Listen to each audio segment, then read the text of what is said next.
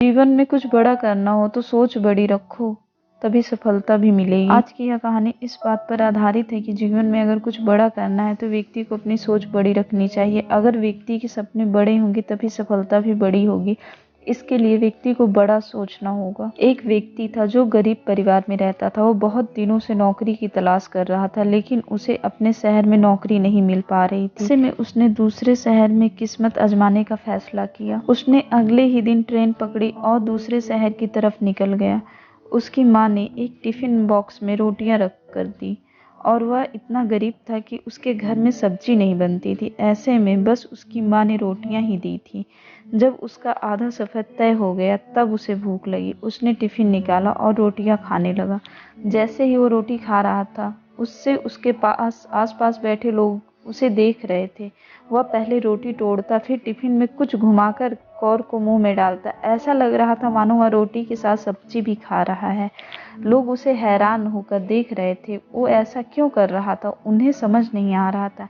लोग उसे ऐसे ही देख रहे थे। लेकिन एक व्यक्ति ने उससे पूछ ही लिया, भाई तुम्हारे टिफिन बॉक्स में बस रोटियां ही हैं, तो उस टिफिन में घुमाकर मुंह में क्यों डाल रहे हो?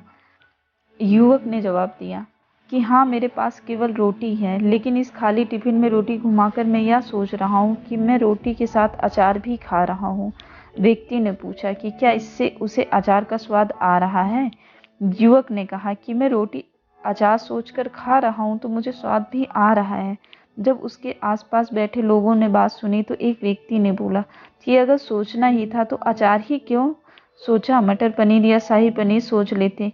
इस तरह तुम उन सब्जियों का भी स्वाद ले पाते। बड़ा सोचो तभी सफलता बड़ी मिलेगी।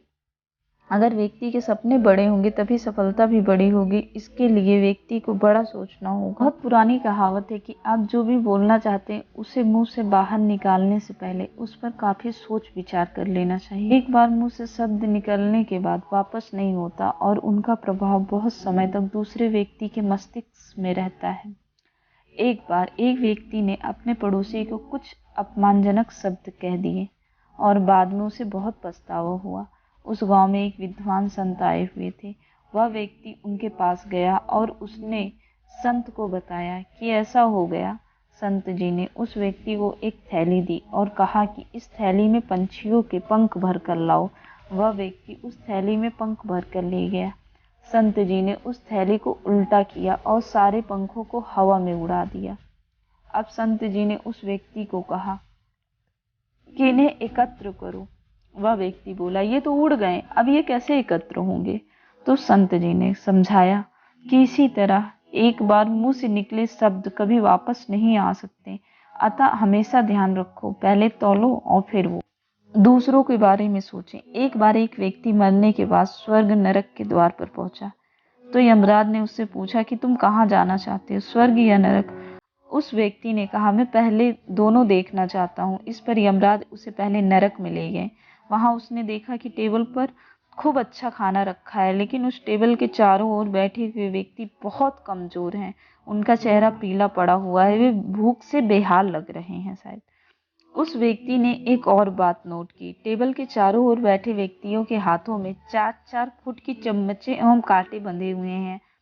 अब यमराज उसे स्वर्ग में ले गए। वहां उस व्यक्ति ने देखा कि वहां भी टेबल पर खाना लगा हुआ है एवं टेबल के चारों ओर बैठे व्यक्तियों के हाथ में भी 4-4 फुट की चम्मचे एवं कांटे बंधे हुए हैं।